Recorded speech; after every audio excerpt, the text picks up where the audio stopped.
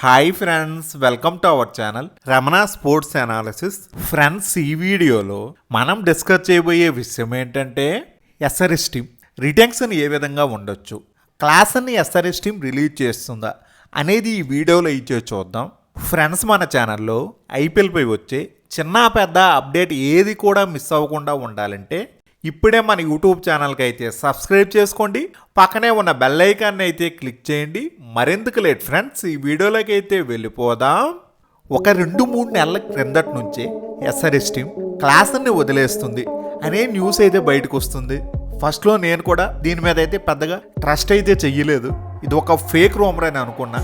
But నిన్న మాత్రం times of ఇండియాలో ఒక ఆర్టికల్ అయితే వచ్చింది. దాని ప్రకారం ఎస్ఆర్ఎస్ టీమ్ క్లాస్ని రిలీజ్ చేయడానికి ప్రధాన కారణం తనకిచ్చిన price. Last season IPL mega ఆక్షన్కు ముందు క్లాస్కి వేరే ఫ్రాంచైజీస్ నుంచి హ్యూజ్ ఆఫర్స్ అయితే వచ్చాయి. తనని ఆక్షన్ టేబుల్ మీదకి రప్పించడం కోసం వేరే ఫ్రాంచైజీలు భారీగా అమౌంట్స్ని ఆఫర్ చేయడం, దీంతో ఎస్ఆర్ఎస్ టీమ్ కూడా క్లాస్ని బయటికి వెళ్ళిపోతే మేము ఇబ్బంది పడాల్సి వస్తుంది అని వాళ్ళు ఒక స్ట్రాటజిక్ మూవ్ చేసి తనకి మరెవరూ ఆఫర్ చేయనంత అమౌంట్ 23 కోట్లు ఇచ్చి రిటైన్ అయితే చేసేసుకున్నారు. ఇప్పుడు ఇదే క్లాసన్ రిలీజ్కి వన్ ఆఫ్ ద రీజన్గా అయితే కనిపిస్తుంది. దాంతోపాటు క్లాసన్ అయితే ఈ సంవత్సరం జూన్ నెలలో తన అంతర్జాతీయ కెరియర్కి వీడ్కోలు అయితే పలికేశాడు. ఆల్ ఫార్మాట్స్ నుంచి రిటైర్మెంట్ తీసుకోవడం, ఇంకా తన ప్రొఫెషనల్ క్రికెట్ ఆడకపోవడం, దీంతో ఆ ప్లేయర్ వాల్యూ అనేది తగ్గిపోవడం అయితే మాత్రం కామన్.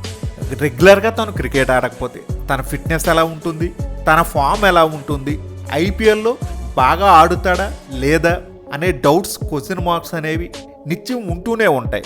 మరి ఇలాంటి సందిగ్ధతలు ఎస్ఆర్ఎస్ టీమ్ ఉండాలి అని అనుకోలేదు. వాళ్ళు ఊరికి ఏం చారిటీ ఏం చేయట్లేదు. ప్రతి ప్లేయర్ కోసం ఎంత సెట్ అయిన అమౌంట్ ఇచ్చి ఆ సీజన్ ఆడడానికి తను కొనుక్కుంటున్నారు. కాబట్టి తన నుంచి ఎస్ఆర్హెచ్ ఫ్రాంచైజీ కూడా ఒక బెస్ట్ పెర్ఫార్మెన్స్ని అయితే ఎక్స్పెక్ట్ చేస్తుంది.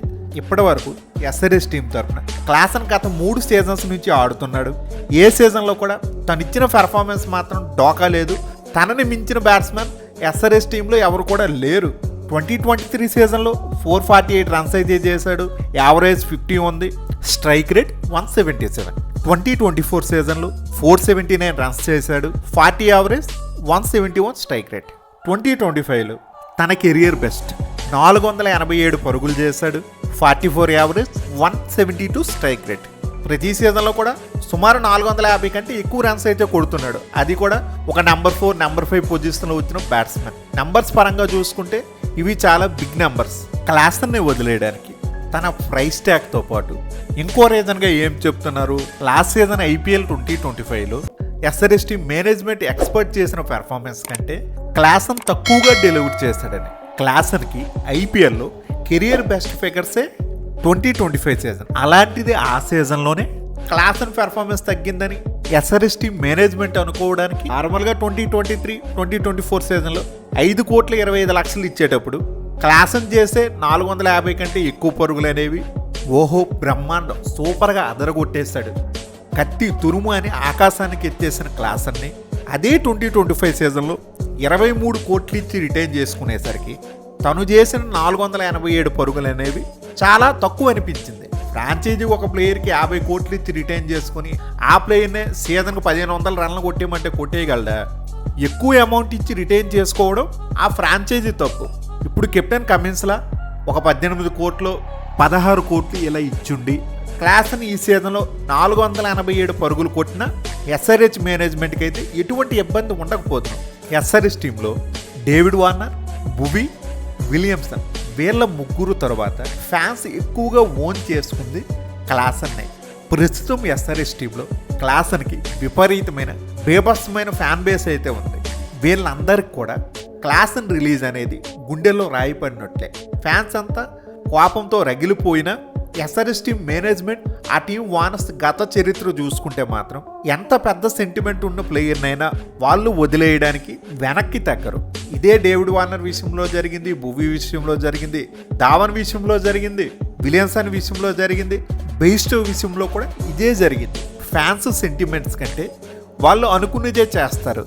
November 15 SRS team retention list అయితే ఇవ్వాలి. నిన్నటి వీడియోలో కూడా చెప్పుకున్నాం.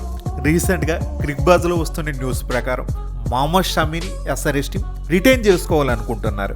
ఇక్కడ రిలీజ్ అవుతాయి అనుకున్న 10 కోట్లు ఎస్ఆర్ఎస్ టీంకి అయితే తగ్గిపోతున్నాయి. ఇంకా మిగిలిన చిన్న చిత్తగా ప్లేయర్స్ని రిలీజ్ చేసిన మహా అయితే ఒక 15 కోట్లు వరకే వస్తాయి. అంతకు మించి కూడా అమౌంట్ అయితే వాళ్ళకి చేరదు. టీంలో చూసుకుంటే ప్రధాన సమస్యలు కొన్ని అలాగే ఉండిపోయి, స్పిన్ బౌలింగ్ ఇష్యూ అవ్వచ్చు, ఫినిషింగ్లో కొన్ని ప్రాబ్లమ్స్ అవ్వచ్చు. టీంని ఒక బ్యాలెన్స్డ్గా రెడీ చేసుకోవడానికి వాళ్ళకి ఆక్షన్ టేబుల్ మీద బిగ్ పార్ట్స్తో వెళ్ళాలి. ఇలా వెళ్ళాలి అంటే వాళ్ళ కళ్ళ ముందు కనిపించిన ఒకే ఒక ఆప్షన్ క్లాస్ని రిలీజ్ చేయడం. తన ఒక్క ప్లేయర్ని బయటికి పంపించేస్తే 23 కోట్లు వస్తాయి.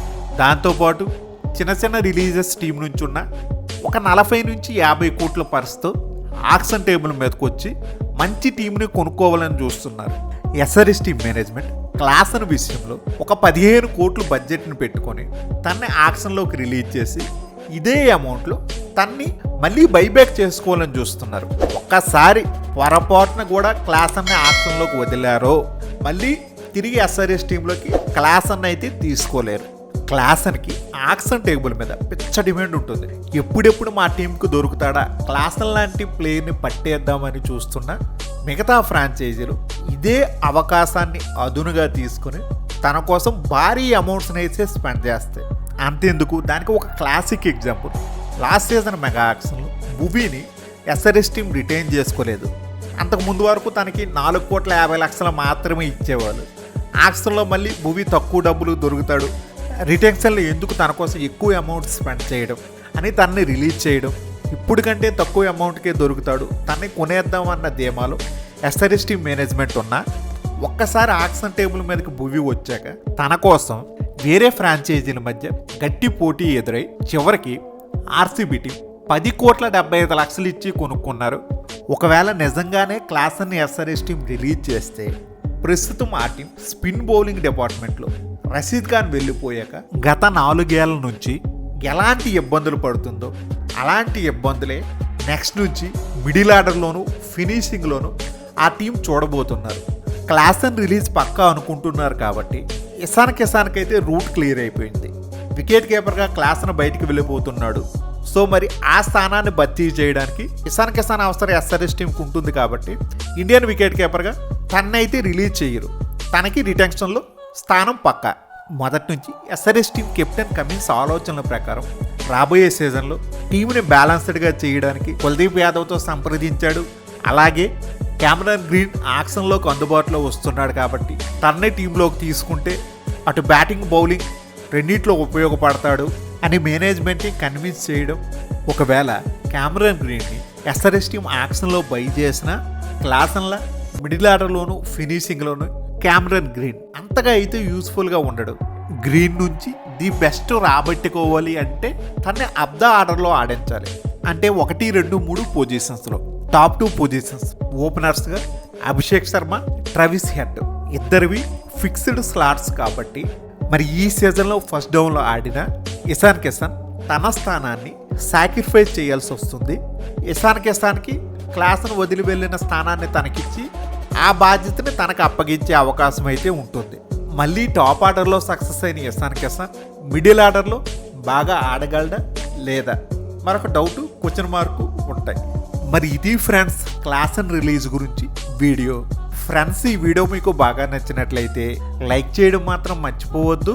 అలాగే మన ఛానల్లో ఐపీఎల్పై వచ్చే రెగ్యులర్ అప్డేట్స్ ఏవి మిస్ అవ్వకుండా ఉండాలంటే ఇప్పుడే మన యూట్యూబ్ ఛానల్కి అయితే సబ్స్క్రైబ్ చేసుకోండి.